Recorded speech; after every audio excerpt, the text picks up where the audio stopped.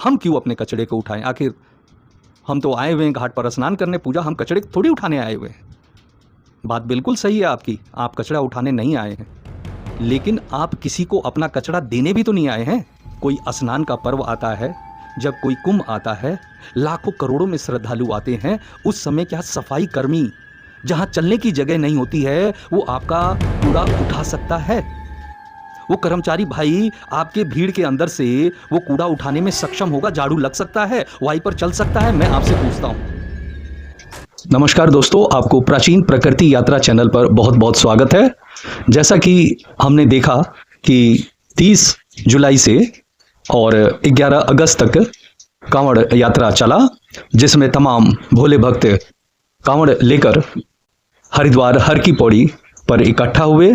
और हर की पौड़ी ही नहीं, हरिद्वार हर की पौड़ी के नज़दीक जितने भी घाट हैं, शिव घाट है, अलग अलग जो भी घाट हैं, वहाँ तमाम कांवड़ भोले इकट्ठे हुए और अपने कांवड़ में पवित्र गंगा जल भरकर ये लोग अपने गंतव्य जगह निकल जाते हैं।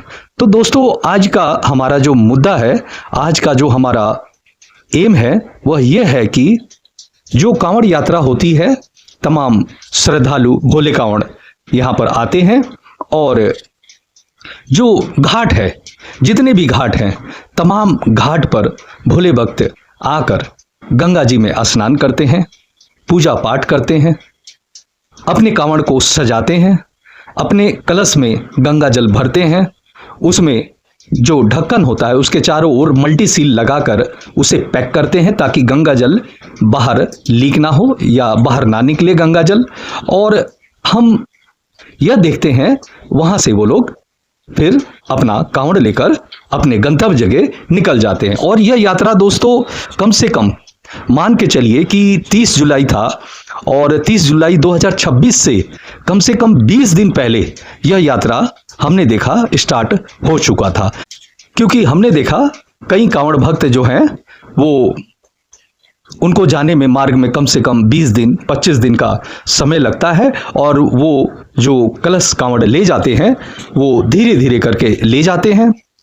तो मैंने ये देखा है दोस्तों, मैं आपके समक्ष इसलिए वीडियो यह बना रहा हूं क्योंकि मैं अपने जो मन की भावना है, मैं जो अपने दिल की भावना है, वो आपके सामने प्रकट करना मेरे को बहुत जरूरी है। क्योंकि मैंने जब से यह 30 जुलाई 2026 से 20-25 दिन पहले कांवड़ शुरू हो चुका था, लोग धीरे धीरे करके अपना कांवड़ ले जा रहे थे, तो हमने ये देखा कि ये जो मैं आपको बोलूँगा वो बिल्कुल ही सत्य बोलूँगा और ज़रूर आपके सामने मैं अपनी बात को प्रकट करना चाहूँगा दोस्तों। तो दोस्तों, हमने ये देखा, एक तो सबसे ज़्यादा दिक्कत आती है कि करोड़ों में जो भोले भक्त हैं वो अपनी आस्था के साथ आते हैं, गंगा स्नान करते हैं, पूजा करते हैं, कांवड़ को सजाते हैं और अच्छे से कांवड़ को सजाने के बाद अपने गंतव्य जगह निकल जाते हैं। अब रही बात, जब घाट पर कोई भी कांवड़ भक्त आता है वो अपने ग्रुप में अधिकांश आते हैं। जैसे किसी का 7 का ग्रुप है, किसी का 10 का ग्रुप है, किसी का 15 का ग्रुप है, किसी का 20 का ग्रुप है, अलग अलग ग्रुपों में वो लोग कांवड़ लेकर आते हैं।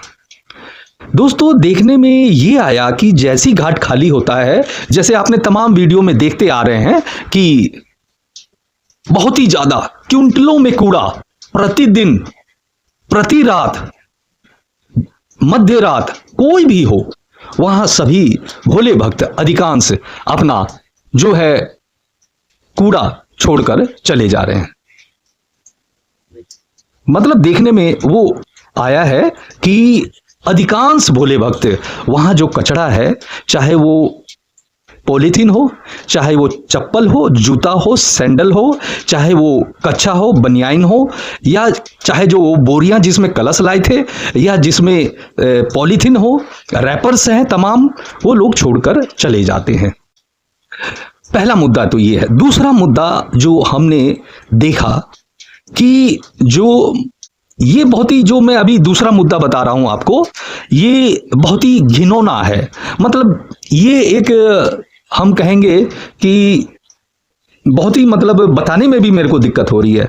ये जो है महिला चेंजिंग रूम के अंदर बोतल के अंदर पेशाब करके उसे छोड़ देना। तो दोस्तों ये तो एक बहुत ही गलत कार्य है और एक भावना को ठेस पहुंचाने का यह कार्य है दोस्तों। तो रही बात है कि हम इस मुद्दे को कहना चाहते हैं कि आखिर कचड़ा अधिकांश श्रद्धालु छोड़कर चले जाते हैं। तीसरी बात मैं ये कहूंगा दोस्तों, जो हमारी कांवड़ यात्रा 30 जुलाई 2026 से स्टार्ट हुई और उसमें 22 दिन पहले से कांवड़ शुरू हो जाता है दोस्तों, और उसमें तमाम यंग जो लड़के हैं, व्यक्ति हैं, बुजुर्ग हैं, महिला हैं, बच्चियां हैं, तमाम पुरुष हो या महिला हो, तमाम कांवड़ जो कलश में अपने कंधे पर उठाकर जल ले जाते हैं, वो चाहे 11 लीटर का जल ले जाएं, वो चाहे 21 लीटर ले जाएं या 41 लीटर ले जाएं, 51 लीटर ले जाएं, 81 लीटर ले जाएं, 101 लीटर ले जाएं, 151 ले जाएं, 201 ले जाएं, वो उनकी इच्छा है कि वो ले जा रहे हैं।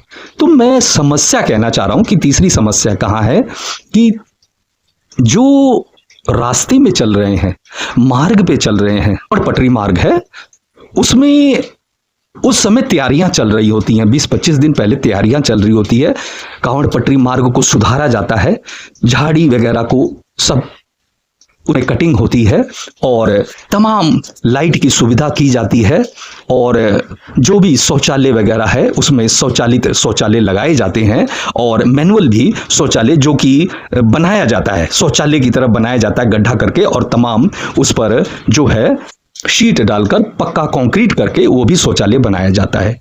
तो दूसरा मुद्दा ये है कि कांवड़ पटरी पे वो लोग जाते नहीं हैं 20 दिन पहले जो यात्रा करते हैं, वो जाते हैं हाईवे मार्ग यूज करते हैं, और जब भी हम पूछते हैं कि आप हाईवे क्यों यूज करते हैं, कांवड़ पटरी क्यों नहीं करते, कह रहे कि हम रात को तो वहां जा नहीं सकते हैं और तमाम दिक्कत है उस रास्ते पे। तो वो जो हाईवे पे जाती हैं, चलो ठीक है, पुरुष तो कहीं भी उसको फ्रेश होना है वो हो सकता है, पेशाब करना है कहीं साइड में होके कर लेता है आड़ में, लेकिन जो महिला हैं, बच्चियां हैं, वो कावड़ ले जा रही हैं, उनको बहुत समस्या है, क्योंकि वो तभी कर सकते हैं, फ्रेश तभी हो सकते हैं जब कोई शौचालय आएगा रास्ते में, या कोई ढाबा आ जाए, पेट्रोल पंप आ जाए, और इवन पेट्रोल पंप भी कब तक देगा, वो भी बंद कर देता है कि नहीं हम यूज नहीं करने देंगे। तो तीसरा पॉइंट ये आया कि जो पहले से पूर्व से अपना कांवड़ लेके जा रहे हैं, वो महिला है, उसके लिए बहुत दिक्कत है। आप मेरी बातों से समझ गए होंगे, उनके लिए तो प्रॉपर एक कवर्ड टॉयलेट रूम चाहिए। तो ये 3 व्यवस्थाएं हमने देखी। चौथी व्यवस्था मैं आपसे कहना चाहता हूं दोस्तों, ये जो चौथी है, मैंने हर की पौड़ी पर, तमाम अन्य घाटों पर बहुत मैंने देखा है। मैंने वहां का अपने YouTube में तमाम रील्स भी बनाए हैं, और तमाम भक्तों से मैंने आग्रह भी तमाम वीडियो में किया हुआ है कि आप जब भी घाट आए, आप जब भी गंगा मैया के निकट आए, स्वच्छता का बिल्कुल ध्यान दें, साफ सफाई का ध्यान दें। लेकिन आम दिनों में भी जो श्रद्धालु हर की पौड़ी घाट आते हैं या अन्य घाट आते हैं, वो किसी काम से आए, पूजा पाठ से आए, स्नान करने के लिए आए, हरिद्वार घूमने के लिए आए, या कोई कर्म कांड के लिए आए, अक्सर देखा जाता है कि अधिकांश लोग जो पूजा पाठ करते हैं अपने साथ पॉलीथीन लाते हैं, फूल माला लाते हैं, और ऐसी चीज लाते हैं जो गंगा मैया में चली जाए तो वो गलने वाला नहीं है दोस्तों। तो मैंने अधिकांश देखा है कि दोस्तों वो घाट पर ही छोड़कर चले जाते हैं। मुझे ये समझ नहीं आता है कि ये हमारी कैसी आस्था है कि हम जिस गंगा मैया के निकट पूजा पाठ कर रहे हैं, गंगा मैया में स्नान कर रहे हैं, और उसी के पास हम अपना पूजा पाठ करके अपने जो कूड़ा बचा हुआ है उसे डस्टबिन में ना डाल करके हम वही छोड़कर चले जाते हैं। ये कैसी भक्ति है दोस्तों, इसे हमें समझना होगा दोस्तों। तो दोस्तों, कहने का तात्पर्य मैंने बताया आपको कि 4 चीजें बताई कि ये आज का नहीं है मुद्दा, ये तमाम जो आम दिनों में भी लोग बाग जो श्रद्धालु आते हैं, वो अधिकांश कचरा डस्टबिन में नहीं डालते हैं और वो छोड़कर चले जाते हैं दोस्तों। तो दोस्तों, मेरा यही कहना है दोस्तों कि हम लोग ये बार बार कहते हैं कि हमें तो जो घाट पे हम पूजा करते हैं, प्रार्थना करते हैं, अपने कूड़े जो भी बचता है जाने से पहले उसे कूड़ादान में डालना चाहिए। हम लोग ये बार बार सरकार मैसेज देती है, प्रशासन मैसेज देती है, जो हर की पौड़ी पर गंगा सभा है वो भी अपना बीच बीच में अनाउंस करती है कि गंगा मैया की पवित्रता बनाकर रखना चाहिए। लेकिन हम ये देखते हैं क्या हमारे कहने से, या मैंने अपने वीडियो में भी संदेश दिया, या जो गंगा सभा द्वारा भी अनाउंसमेंट होता है साफ सफाई पवित्रता बनाए रखने के लिए, तो क्या कोई करके जाता है दोस्तों? अधिकांश तो नहीं करके जाते हैं।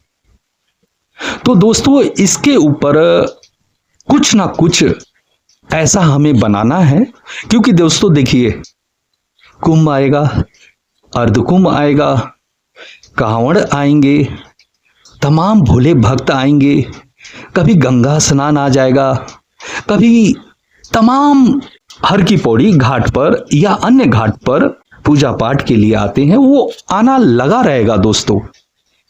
तो दोस्तों कहने का मतलब ये है कि कुछ ऐसे हमें नियम बनाने होंगे कि जिससे घाट की जो मर्यादा है वो बनी रहे, जितने भी भोले भक्त आते हैं वो भी ठीक ठाक पूजा करके जाए।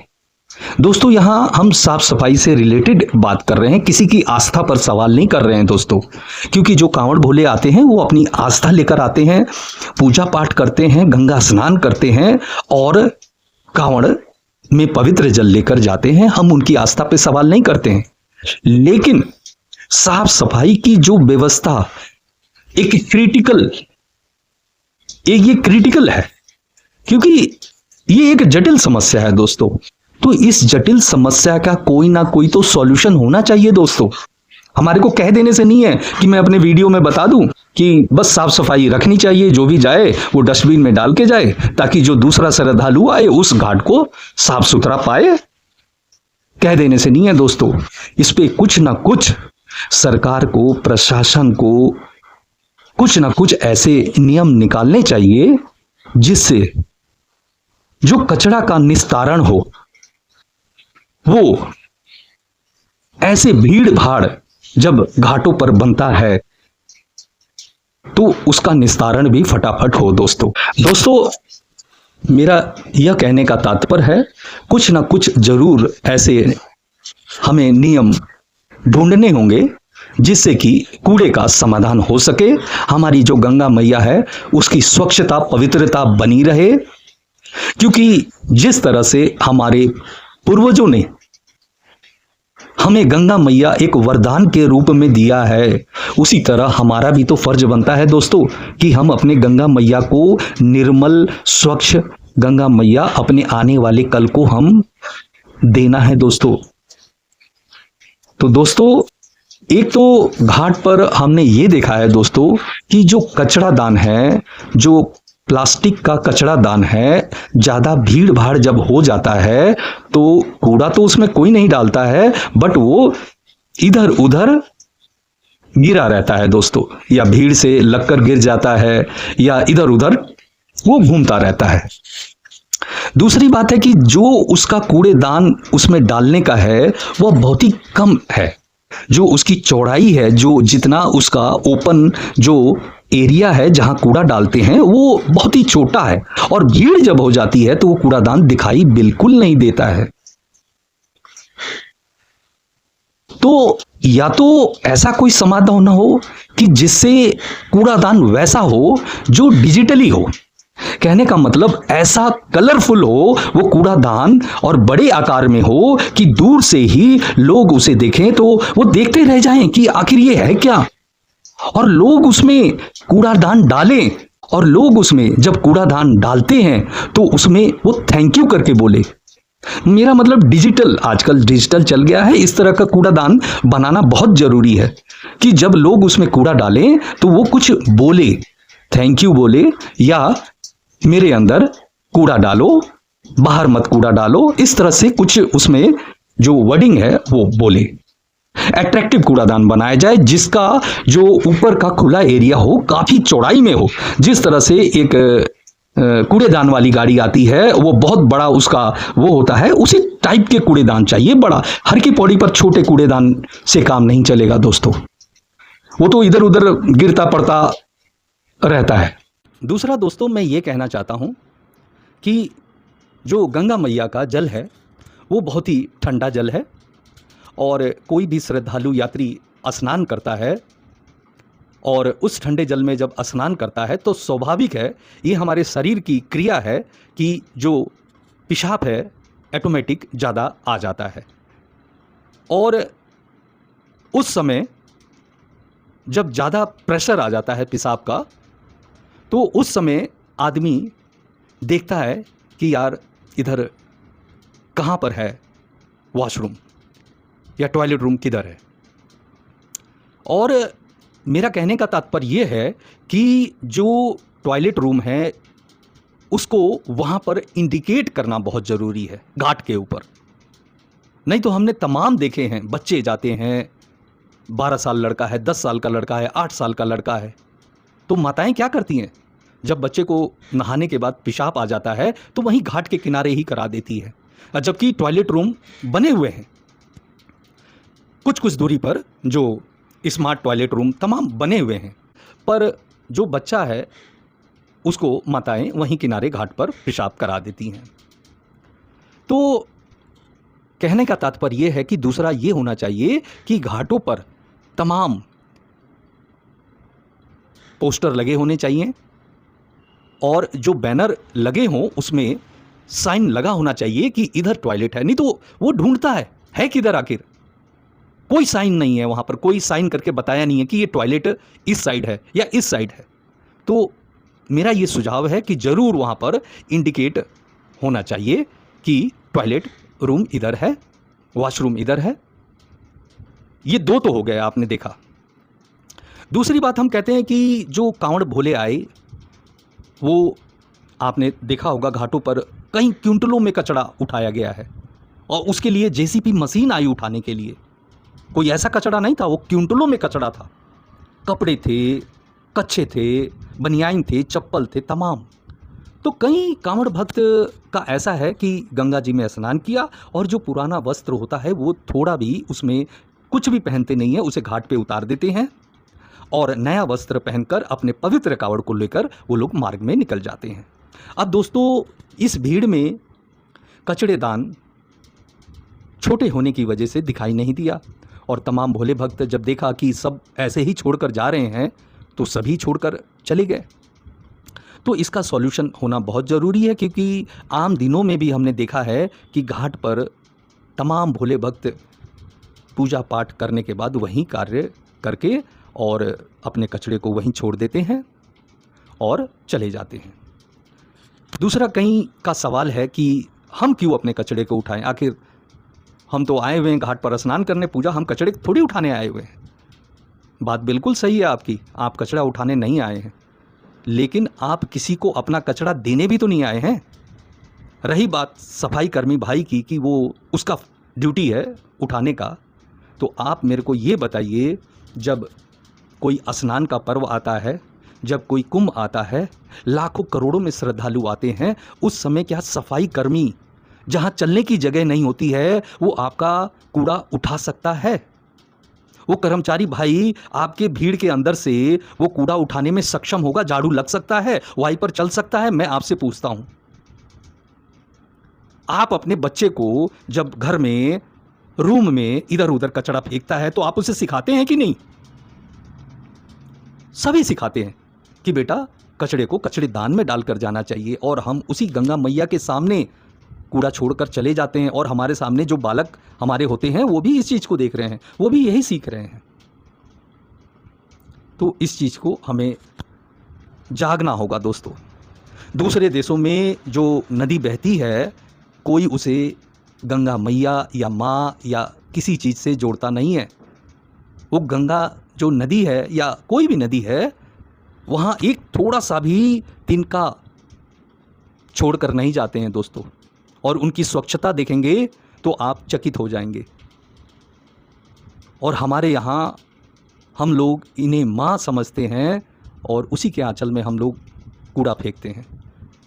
तो इससे शर्म की बात क्या हो सकती है दोस्तों।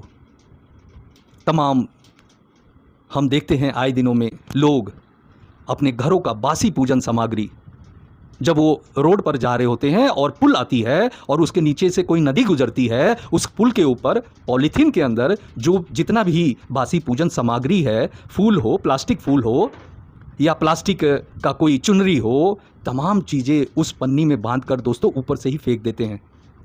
और आप अगर बोलेंगे तो तुम्हारा क्या जा रहा है, तुम कौन होते हो बोलने वाले। तो दोस्तों इस प्रथा को हमें बंद करने की ज़रूरत है। बासी पूजन सामग्री जो हो है उसका समाधान यही है कि आप ज़मीन में गड्ढा खोदकर उसको डालें और मिट्टी से ढक दें ताकि किसी का पांव वगैरह ना लगे। दोस्तों आस्था आस्था है, आस्था हमें बना के रखना है। और आप ये भी जानते हैं कि जहाँ स्वच्छता है वहीं ईश्वर का निवास है। तो हम कैसे भूल जाते हैं कि दोस्तों हम गंगा मैया के निकट हम स्नान करते हैं, पूजा पाठ करते हैं। पूजा किसकी कर रहे हैं? हम लोग गंगा मैया की कर रहे हैं। और वहाँ पर कचरा कौन छोड़ रहे हैं? इस समय आस्था सब भूल जाते हैं। अजी मेरा काम हो गया, मैं अब चलता हूँ, सफाई कर्मी आएंगे वो साफ़ करके जाएंगे। तो दोस्तों इस प्रथा को हमें बंद करना है। और इस पर मैं ये कहूँगा कि हम कहें कि ये चीज़ रोक देना चाहिए, पॉलीथीन रोक देना चाहिए, पॉलीथीन वरना बंद हो जाना चाहिए। तमाम हमने हर की पौड़ी घाटों पर देखा है, तमाम बच्चे से लेकर तमाम उम्र के महिला हो पुरुष हो, वहाँ अपने हाथों में माला टांग कर, अपने हाथों में तमाम जो भी धार्मिक कर्मकांड में जो भी काम आता है वो लेकर घूम रहे थे, बेच रहे थे। कितनों के घरों का रोजगार चला होगा। वो लोग देखते हैं किस दिन ऐसा वक्त आए कि हमारे घर में कुछ आमदनी हो जाए। तो दोस्तों हम इस चीज़ को कैसे कह सकते हैं कि हमें ये बंद कर देना चाहिए। कईयों का रोजगार चलता है, कहीं कांवड़ बनाते हैं, कहीं कांवड़ के सामग्री वहाँ पर हमने देखा कि घाट पर बेचते हैं। तो दोस्तों लेकिन ये भी नहीं है, कुछ सिस्टम ज़रूर बनना चाहिए इसके ऊपर, कुछ ज़रूर इसके ऊपर होना चाहिए कि किसी का रोज़गार के ऊपर भी धक्का ना लगे और समाधान भी निकल जाए। जो कूड़ा फैल रहा है, जो कूड़ा गंदगी फैल रही है और समाज में हम लोगों की जो ये बुराई हो रही है, इसका समाधान हम सभी को ज़रूर खोजना होगा। कुछ ना कुछ इसके ऊपर ऐसा समाधान हो कि कूड़े का निस्तारण तुरंत हो। जो भीड़ है वो कूड़े का निस्तारण तुरंत हो। बड़े बड़े कूड़ादान बनाए जाएं, डिजिटली बनाया जाए। जो कूड़ा उसमें आप डालो तो वो कुछ बोले, थैंक यू, या मेरे अंदर कूड़ा डाला आपने, आपका बहुत धन्यवाद। और उस कूड़े को भरने पर तुरंत निस्तारण हो, दूसरा वहाँ पर खड़ा हो जाए। तो ये चीज़ें हैं जो मेरे दिल की भावना थी, मैंने आपके समक्ष रखा।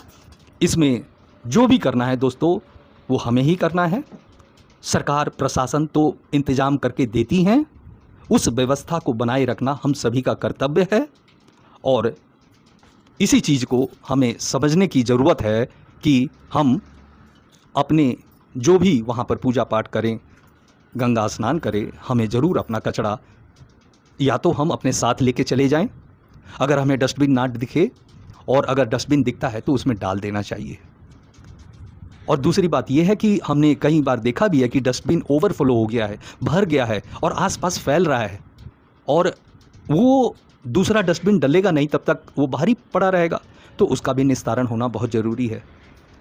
तो इस मुद्दे को मैं ज़्यादा ना खींचते हुए दोस्तों यही मैं कहना चाहूँगा कि आस्था अपनी आस्था है और हमें अपने ईश्वर पर विश्वास, पूजा पाठ करने का पूर्ण अधिकार है। जो भी कांवड़ भोले भक्त आए वो अपनी आस्था लेकर आए। पवित्र गंगा जल हरिद्वार हर की पौड़ी में यहाँ से गंगा स्नान करके, पूजा पाठ करके और पवित्र गंगा जल को ले गए। हमें उनकी आस्था पर कोई संदेह नहीं है। बस हमें यही दिक्कत है कि इसका समाधान होना बहुत ज़रूरी है, क्योंकि आने वाले दिनों में अभी कुंभ मेला भी आने वाला है जो अर्धकुंभ होगा। और जब इस कांवड़ में करोड़ों लोग आए तो उस कुंभ मेले में भी भारी मात्रा में तादाद में भीड़ होता है। तो दोस्तों कुछ ना कुछ हमें इसका समाधान करने की ज़रूरत है।